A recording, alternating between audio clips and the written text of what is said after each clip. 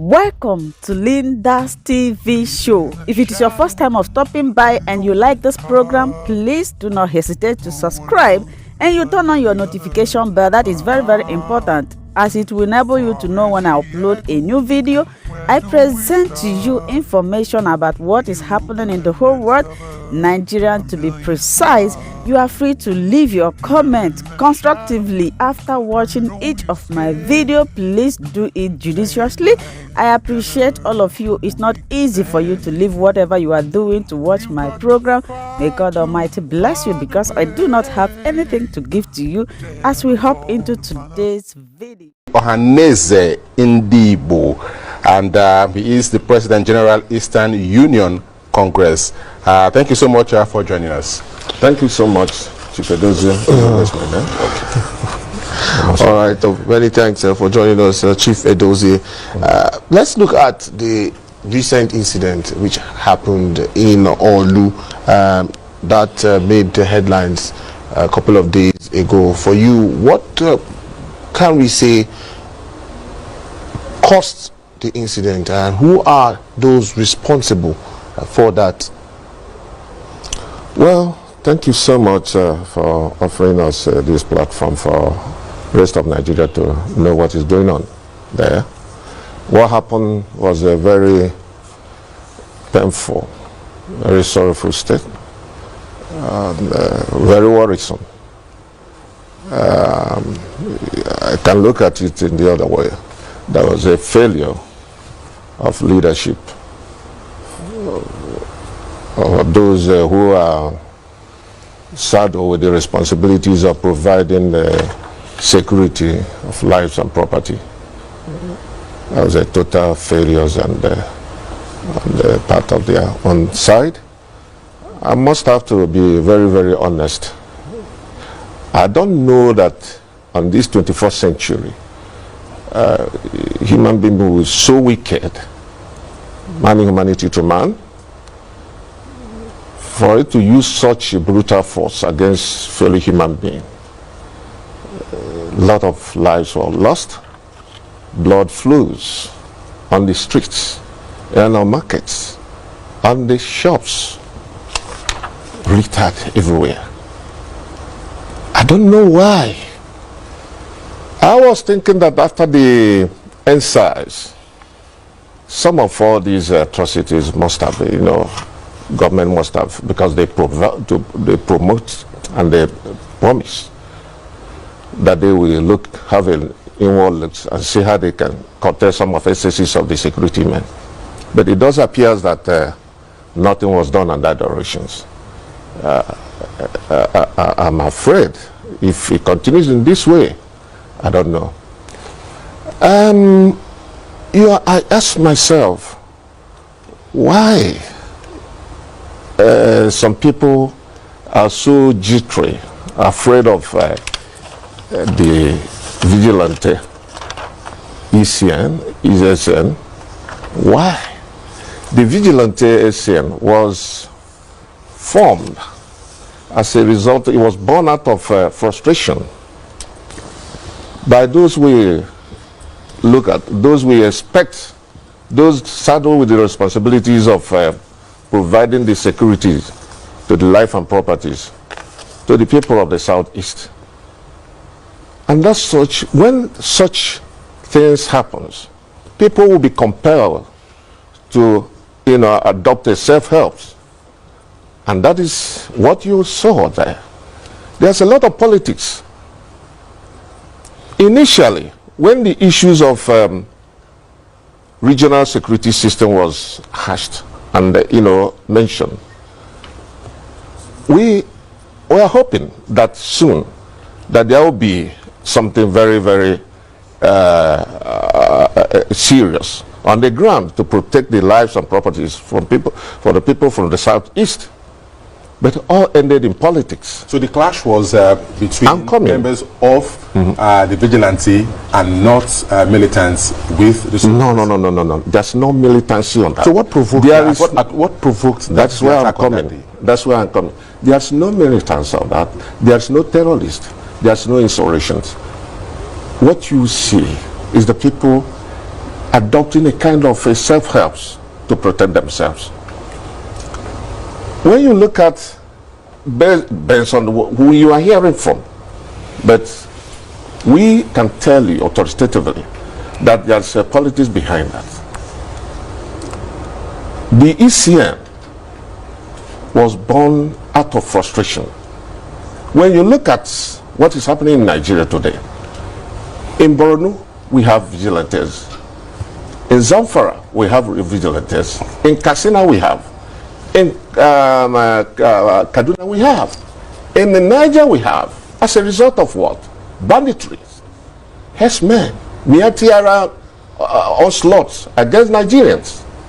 And don't forget, you heard it, that Miatiara has been gazetted on International World Terrorist Index as the third in ranking worst terrorist squad. Is it but today, Allah or Fulani herdsmen? No, not armed Fulani herdsmen. Okay?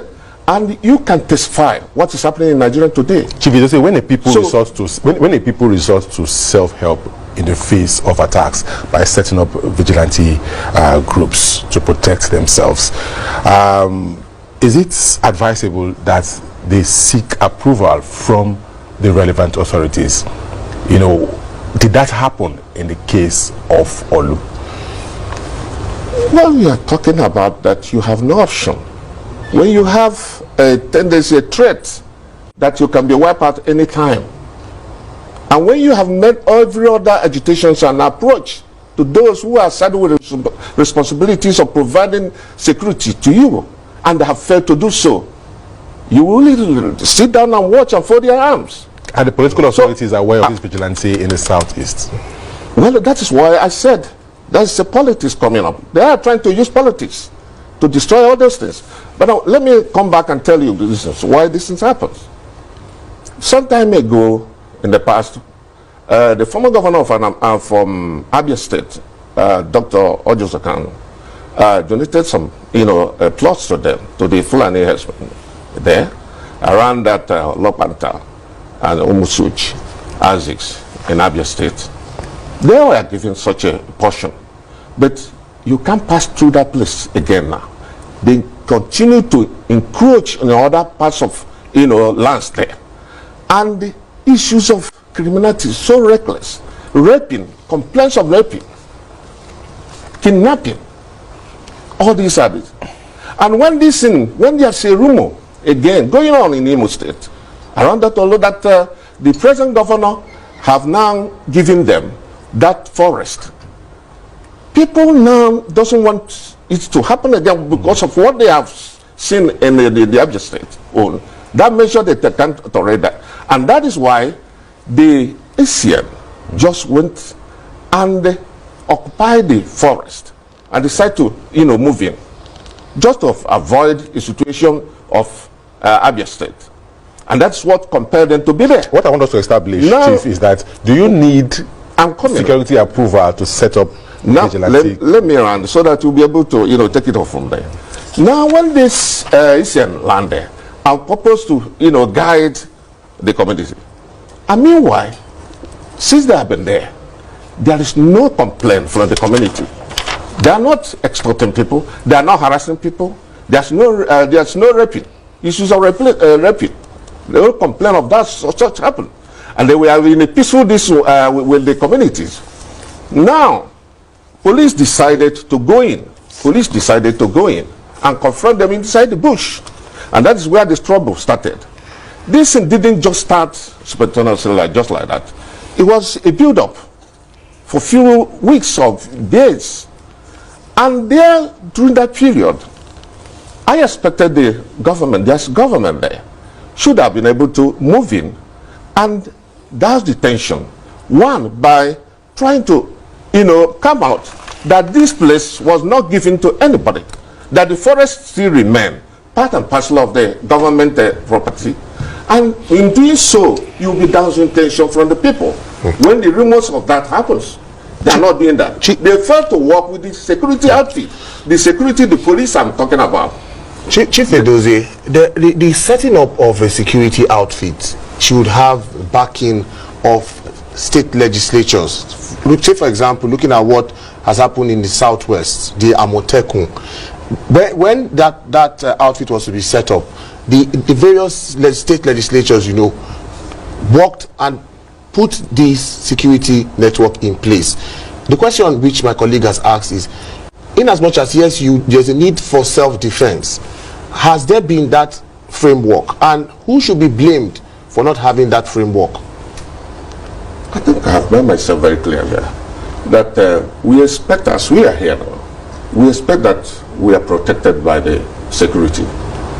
And if eventually we discover that you are not protected and there is a threat to our lives, here, the first this is for you to resort to self-help. Self-help, to defend yourself. Okay. Now, in the past, when the issues of Amatekun in the Southwest was, packaged and, implemented, then there was this, rumors.